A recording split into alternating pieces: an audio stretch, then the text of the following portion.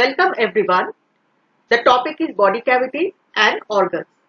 Now what is body cavity? हम जानते हैं कि organisms को दो भागों में बांटा गया है on the basis of cellular organization. That is unicellular organisms and multicellular organisms. Human comes under multicellular organisms.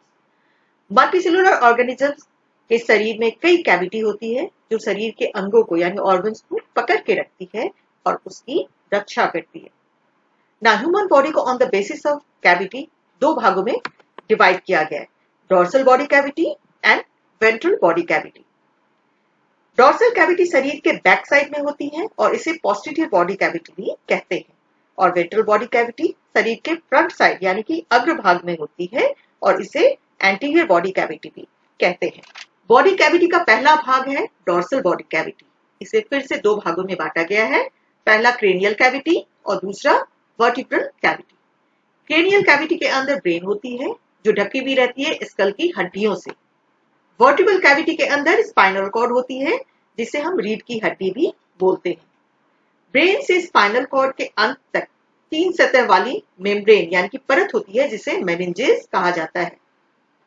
First और सेकेंड लेयर के बीच में कैपिलरीज और सेरिब्रोस्पाइनल फ्लूइड होती है जो capillaries brain and spinal cord को ब्लड का सप्लाई करवाती है और सेरिब्रोस्पाइनल फ्लूइड दोनों को एक्सटर्नल जर्क से बचाती है.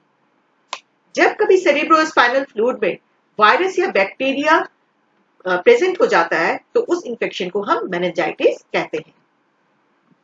बॉडी कैविटी की दूसरी भाग है वेंट्रल बॉडी कैविटी जिसे अगेन दो भागों में बांटा गया है, thoracic cavity and abdominopelvic cavity.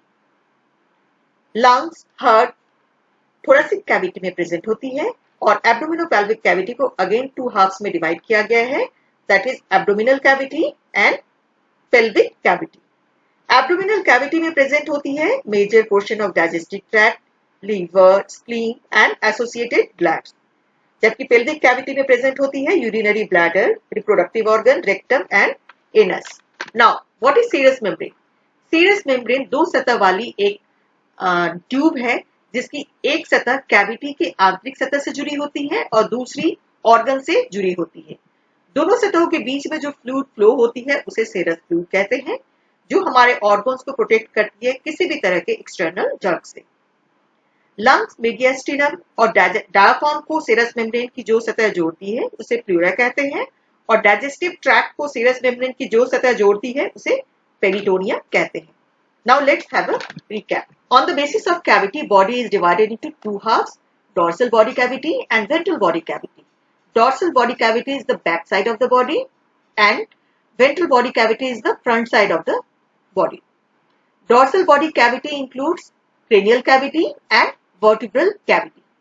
Cranial cavity के अंदर ब्रेन होती है एंड वर्टिब्रल कैविटी के अंदर स्पाइनल कॉर्ड प्रेजेंट होती है जो एक कंटिन्यूअस फॉर्म में प्रेजेंट होती है.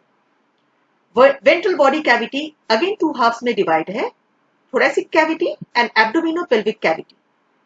thoracic cavity and abdominopelvic cavity को डायाफ्राम एक दूसरे से अलग करती है. thoracic cavity में पेयर ऑफ लंग्स प्रेजेंट होती है और हार्ट होती है and separated by mediastinum. Abdominopelvic cavity को अगेन टू हाफ्स में डिवाइड किया गया है, abdominal cavity and pelvic cavity. Abdominal cavity में प्रेजेंट होती है major portion of digestive tract, liver, spleen and उससे एसोसिएटेड ग्लैंड्स. Pelvic cavity में प्रेजेंट होती है urinary bladder, reproductive organ, rectum and anus. Thanks for watching my channel. If you liked it, please like it, share it and subscribe it.